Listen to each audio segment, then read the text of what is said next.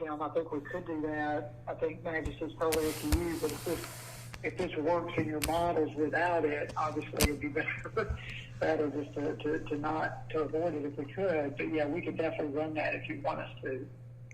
No, this would be ideal. I just wanted to, I guess, communicate or answer your question in regards to our previous models. So this is the ideal structure for us.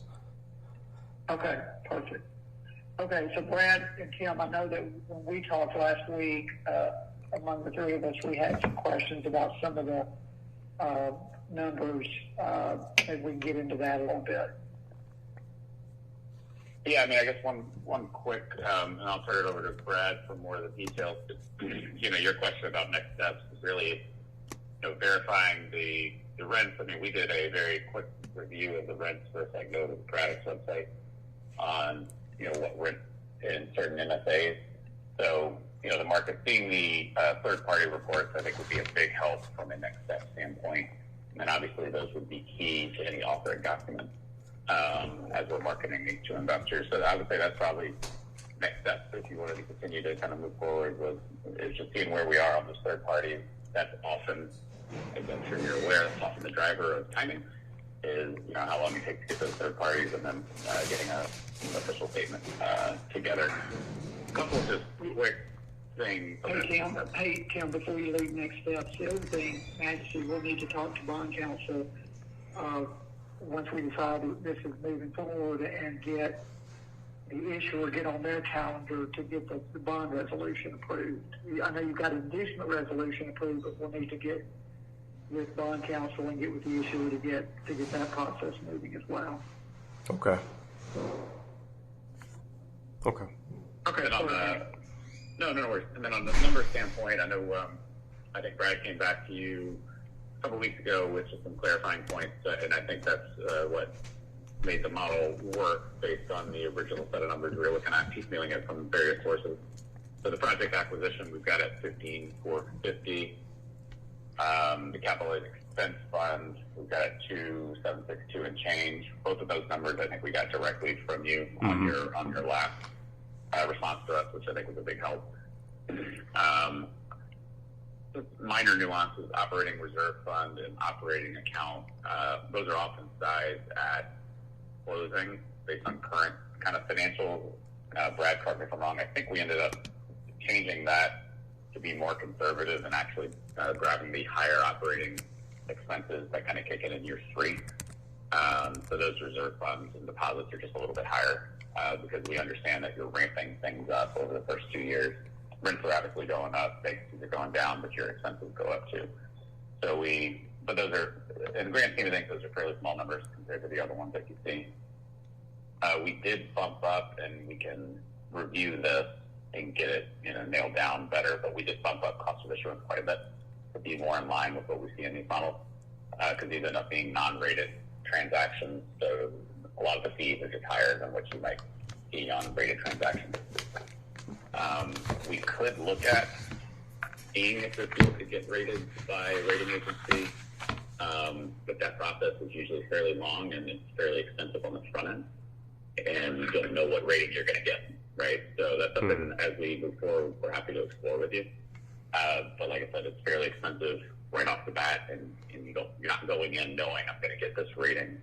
It's kind of a black box. You don't really know what you're going to get out of it. Okay. Brad, what were the other big highlights? I think those were kind of the big ones, but I'm sure there were some other ones we wanted to highlight. Yeah, I think the other thing that we had, the real kind of crux question that we had for you, Majesty, is just some additional color in, year 1 to year 2. There's fairly significant ramp up in revenues, which largely presume is related to increasing rents and lowering vacancies, but certainly wanted to get a little bit of commentary from you on exactly what's going on there.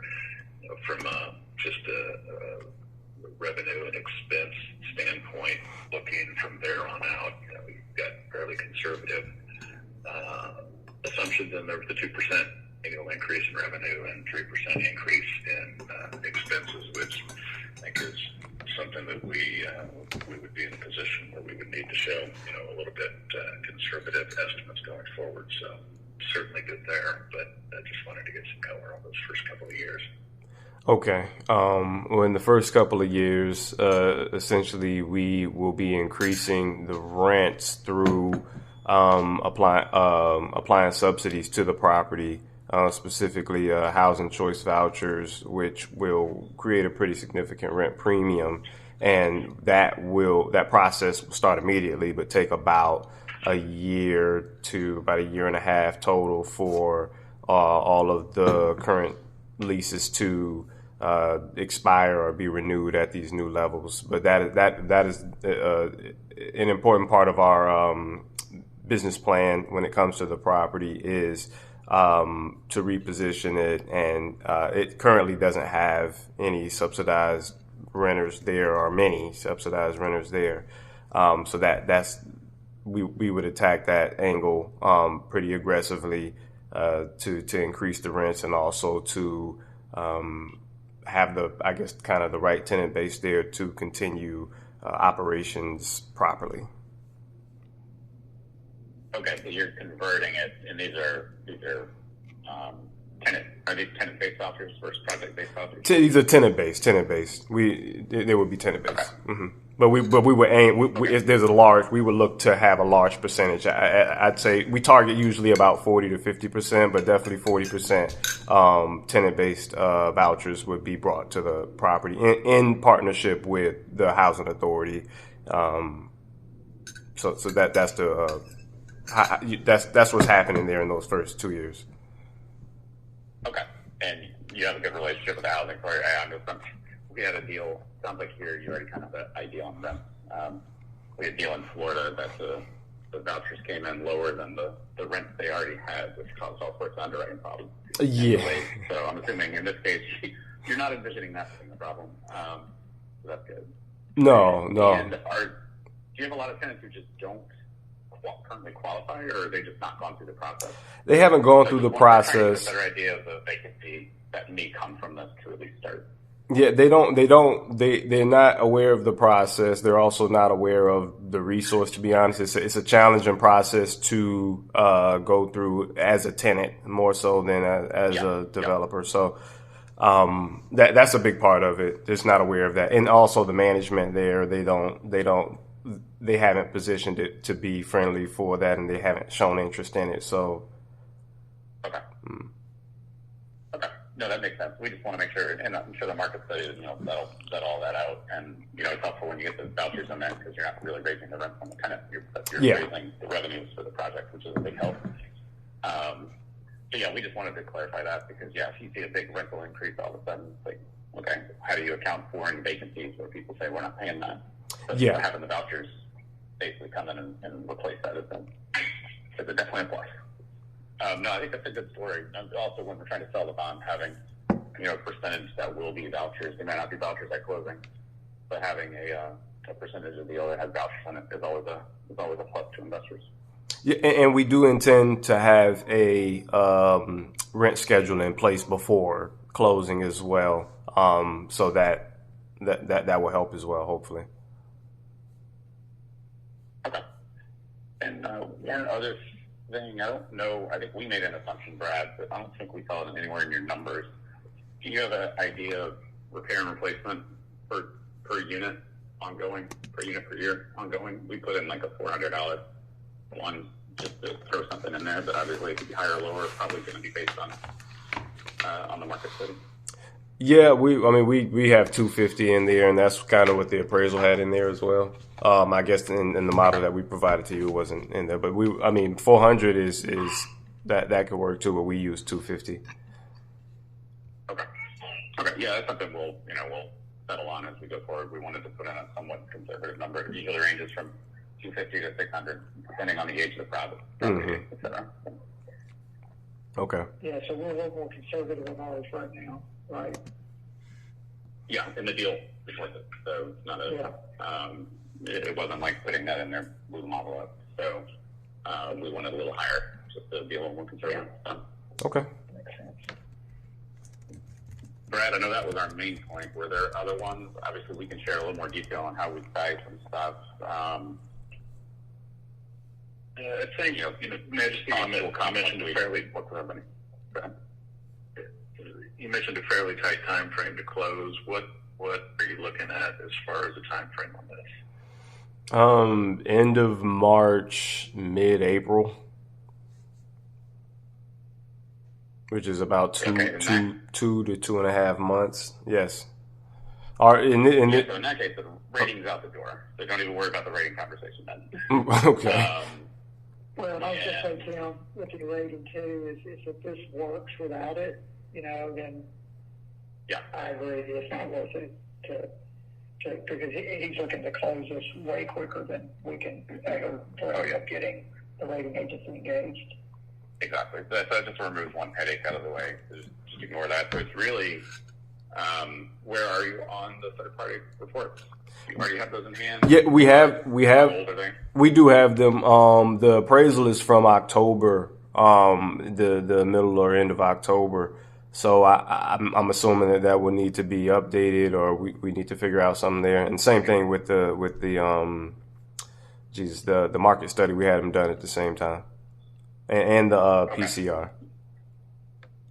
Okay. Yeah, it might be helpful if you're able to share those. Yeah. If you're comfortable sharing those, or worst case, at least share the firm names.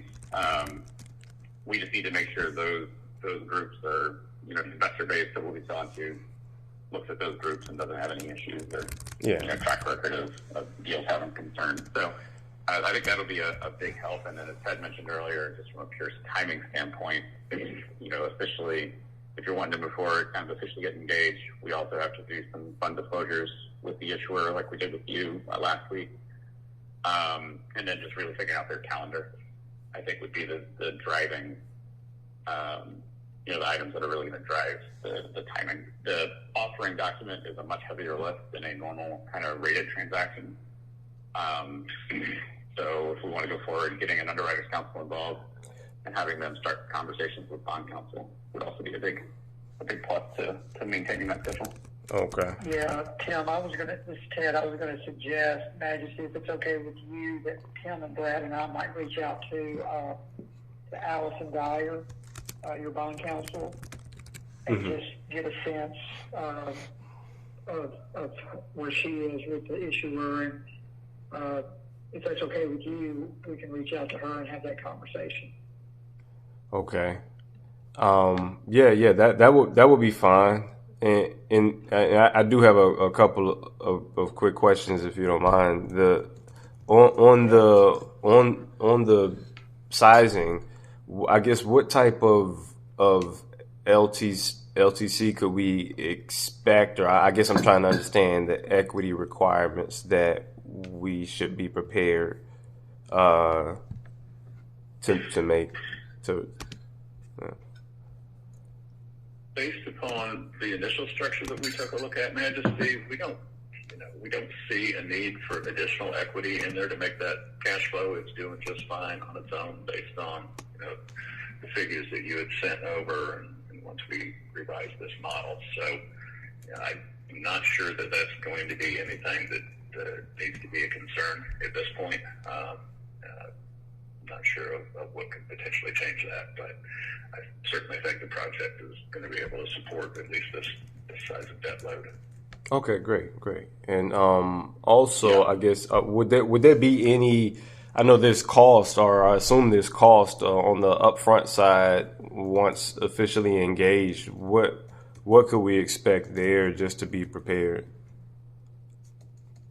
Yeah, no, so the moving forward on the bond transaction, most fees are paid at closing.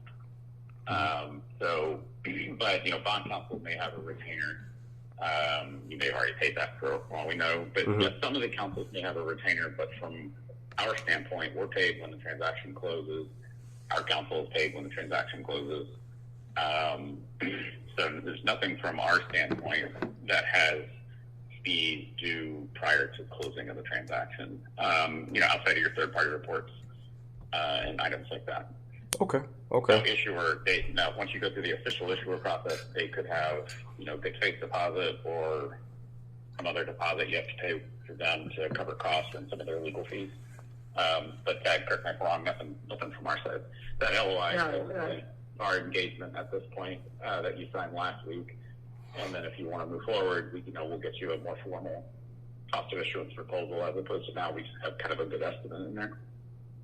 Gotcha. Yeah, we'll put together a little more detail, but I agree with Tim, Majesty, that most of the bond-related fees are going to be paid at closing, and I think we're projecting to use bond proceeds with most of this. Brad, looks like. Yeah, that's correct, Tim. Yeah. Okay. So out of pocket, I think, I don't know what bond counsel, if they're doing the retainer issuer. The issuer might have some fees, like Tim said, but most of the bond-related fees you can pay, they'll be paid at closing out of bond proceeds, so they're in pretty good shape there. I think with the timing, I think it's going to be important for us to get with bond counsel and discuss this, and we'd be happy to have you on the call. We're not trying to shut you out there. If you want to be included in that conversation, that'd be great. I just thought I would reach out to her and see if she had any time either later this week. I think this week is important since we're talking about the end of March, early April. It'd be better sooner rather than later to have that conversation so we can get on the issuer calendar. Because we probably need to get on their calendar for February, I would assume. Tim, Brad, do you guys agree with that? Yeah, the only question is just what shape the bond docs can be in and how fast and what the issuer requires. I guess it depends on, like, are they late in the month, or if they're early in the month, it'll probably be more like March. But if they're meeting later in February, we might be able to get on their calendar for then. But that's counsel's engaged. Another good reason to have that conversation with bond counsel sooner rather than later. Okay, and I would agree. I think it's a good idea to engage or to communicate with Allison at this point. Okay, well, I'll reach out. I'll copy you, keep you in the loop, and then we'll work on getting underwriter counsel identified and brought in as well, because they're going to need to be involved to draft offering documents and that type of thing. So, so if you're okay, let's just get this thing moving. You're working on your reports. We'll keep tweaking the model on the structure. But if you're okay with it, we'll just start ramping up and start moving this thing forward. Sounds good to me. I appreciate it. Okay, Tim, Brad, anything else from you guys? No, I think you could share the reports. That would be great, and then a kind of the schedule or plan for the vouchers to come in. Maybe a little more detailed plan, because I'm assuming investors are going to want to see that. They'll see, current operating rents, and then they'll ramp up, and they'll probably just want a little more background, which I think we'll put in the offering document.